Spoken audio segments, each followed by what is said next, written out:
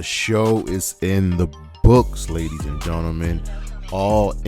Ended a couple hours ago, excuse me, and you're asking yourself, well, what just happened? It was a good show, solid show. We're going to go over it. We had three matches on the pre-show. There was one, and then two more got announced overnight. So, opening up on the pre-show 0 hour, we had a 16-man tag with the team of Lio Rush, Dante Martin, Darius Martin, Action Andretti, Rocco Romero, Kyle Fletcher, and Kip Sabian and Tommy Billington teaming up to take on Jay Lethal, Satnam, Singh, Alex Reynolds, John Silver, MARQ, QUEN, Isaiah Cassidy, DAIVARI, and Anthony OGOGO, and the team with Lio Rush won. Then we had the match that I thought should have been the main event of 0 hour because it had story on it, or it should have been on the main card. We had Willow, Nightingale, and Tomohiro Ishii taking on Kris Statlander and Stokely Hathaway, with the winner of this match choosing the stipulation for Willow versus Kris Statlander at All Out. And Willow and Ishii won that match. And then we had Sammy Guevara, Dustin Rhodes, Shibata, Ross Von Erich, and Marshall Von Erich team up to take on Matt Taven, Mike Bennett, Brian Cage, Toa Leona, and Bishop Khan. And the Faces won there. Now, the pre-show was still going on, right? And Saraya came out with her family and a bunch of other people, right? And she was pissed that she wasn't on the card, that she didn't have a match. Remember, she won the championship last year, so she set up a challenge. She wanted anyone in the back to face her, and out came a returning Jamie Hayter. And yes, it was on. Hayter cleared the ring, took out Soraya's mom, took out Harley Cameron, and Jamie Hayter is back, ladies and gentlemen. I'm so excited.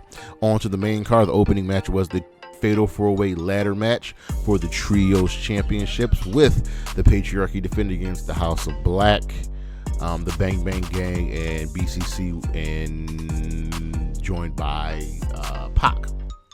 This was crazy. This was such a chaotic match, a match where everybody got time to shine. It looks like people were hurt. It looks like people died. There's so many big spots that happened. But Christian was the main story here. Him and followed by Pac. And Christian kept doing his Weasley spots trying to get over. But in the end, the team of Claudio, Yuta, and Pac won, and Pac gets his Wembley moment. So we have ourselves new Trios champions. Then we had the AEW Women's World Championship match with Toni Storm defending against Mariah May. Mariah made her entrance first, followed by Toni Storm, and Mariah's mom was sitting front row in the audience, and this was it. It was on, ladies and gentlemen. This match leading to a lot of the personal backstory. Got plenty of time to shine as this match went 15 minutes, and the happenings in this match. Luther returned. He stopped Mariah May from cheating multiple times. Mariah May slapped her mother, used a bunch of Toni Storm's moves. But they just couldn't put each other away. Toni got hit with a bunch of hip attacks. Toni hit the Storm Zero, and this, like I said, nobody could put each other away.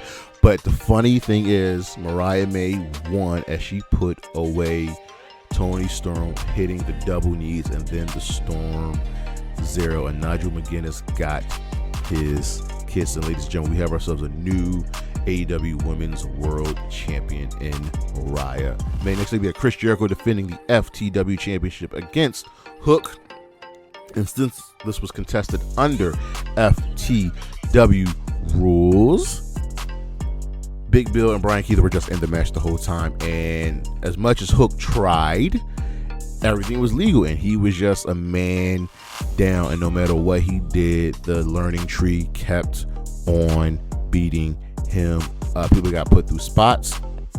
Hook finally showed that he can see, and Hook won the championship because his father Taz got off a commentary, locked in the Taz mission on Brian Keith as Keith was trying to stop Hook, who had the red rum locked on Jericho, and Jericho tapped out. Yeah, and the Taz just went back to the commentary desk just like that. This was fun. This was crowd please. Next up, we had the triple threat tag team title match with the Young Bucks defending against FTR and the Acclaimed.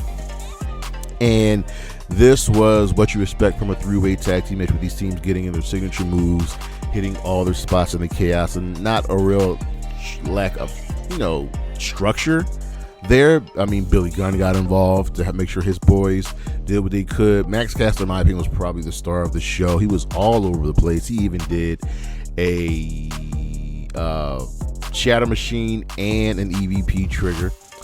But in the end, the Young Bucks retained the championships here. This was really, really good. I was kind of hoping the Acclaimed would win, but seeing as how the Young Bucks won, this kind of set up what would happen later in the evening. As the Young Bucks are celebrating in the win, the grizzled Young Veterans joined in the ring and confronted them, and they bailed. Then they attacked FTR. The Young Bucks bailed, and then the grizzled Young Veterans attacked FTR. Next up, we had the Casino Battle Royal, with the winner receiving an AEW World Championship match anytime, any place, anywhere. Orange Cassidy was number one. This match featured 20 participants. So Cassidy was one. Number two was Okada. Number three was... Who was number three? Nigel McGuinness, returning to a major pop. He looked to be in excellent shape. It was great to have Nigel McGuinness back in the ring. Him and Okada got into it here and there. Number four was Kyle O'Reilly. Number five was the surprising entrant of Zack Sabre Jr., the winner of the most recent G1. Him and Okada got into it with the New Japan history. Mark Briscoe then came out. Number 6 was Roderick Strong. Number 7 was Mark Briscoe. We had Hangman Page coming out. Jeff Jarrett followed after him, and they've got beef. And then at number 10, the newest AEW signing was none other than Ricochet. He is all elite. Number 11 was Christian. And in the end, well, ladies and gentlemen, Christian won as Killswitch came out as Luchasaurus, ran to the ring. It looks like he was going to chokeslam Christian, but ended up chokeslamming Kyle O'Reilly and having him pin Christian. So that was good. I was not expecting Christian to win. I was really expecting maybe Okada or especially Hangman, but Christian being the heel will serve as a good choice for either Swerve or Bryan Danielson. Next up, we had the American, aka International Championship match on the line as MJF was defending against Will Ospreay. And ladies and gentlemen, this match had everything. This might be my match of the night. This was all about, can Will Ospreay hit the Tiger Driver? Will he use it to win the match? And these two dudes show why they are just two of the best in the business. At one point, Ospreay just murdered the cameraman. It was, he got hit with a hard hidden blade. And then the ref, I think it was Remsburg was the referee. It was either Remsburg or Rick Knox. He got knocked out by MJF, but in the end, Will Ospreay hit the Tiger Driver and became the new AEW International Champion. And the weird thing was, at the start of this match, there was a tie-in to the new Assassin's Creed game, because Will Ospreay's the aerial assassin. But yeah, then we had the TBS Championship match with Mercedes Moné defending against Britt Baker, and yeah, this was fine. I understand that Britt Baker is coming back from injury. I get all of that. But she was also never really great in the ring. And Mercedes Moné did her best to drag a good, serviceable match out of Britt Baker. This was fine.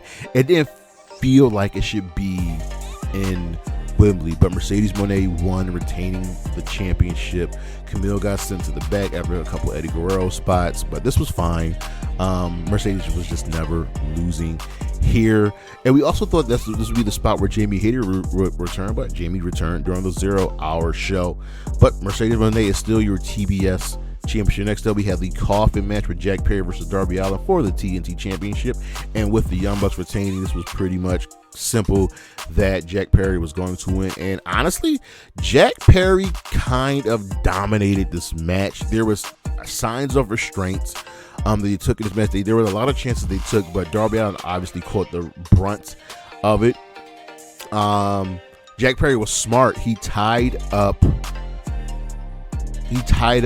Darby Allin's feet and put him in the coffin. And then he was going to light this dude on fire because, you know, Darby was going to light Jack Perry on fire during the Blood and Guts match.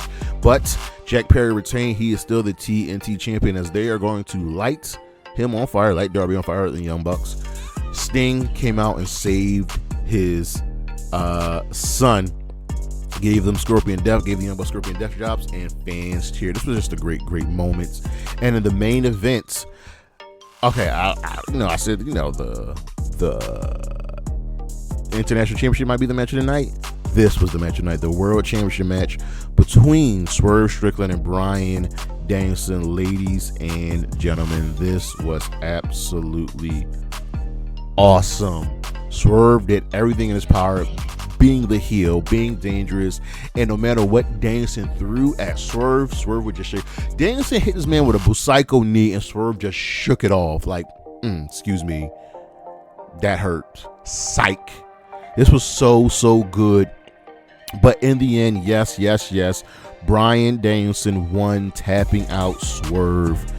This was good. Danielson celebrated with his BCC teammates Sans, Mox, and his wife Bree Danielson. This was good. This was a really good main event. This is not the last we've seen of Swerve Strickland. Remember that, ladies and gentlemen. Swerve is not going anywhere. Okay, he will be back on top. But as Bryan Danielson is ending his full-time career, a good world title run is to be had. I would not be shocked if he lost the belt at All Out. I would not be shocked if he held it all up until Wrestle Dream. But Danielson is your new AEW World Champion. I'm really interested to see what's going to happen with Swerve next. But first, he's got to deal with Hangman Adam Page. As for this show, I'm going to give it a B+.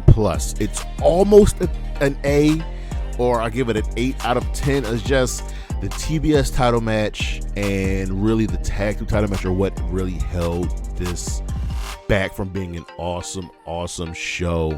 Maybe I would have switched the results here or there for storyline purposes, but it was still a very good show. All In 2025 will be taking place in Arlington, Texas next year. Can't wait for that. But that is what just happened, ladies and gentlemen. All In 2024. I'll see you when I see you. Peace.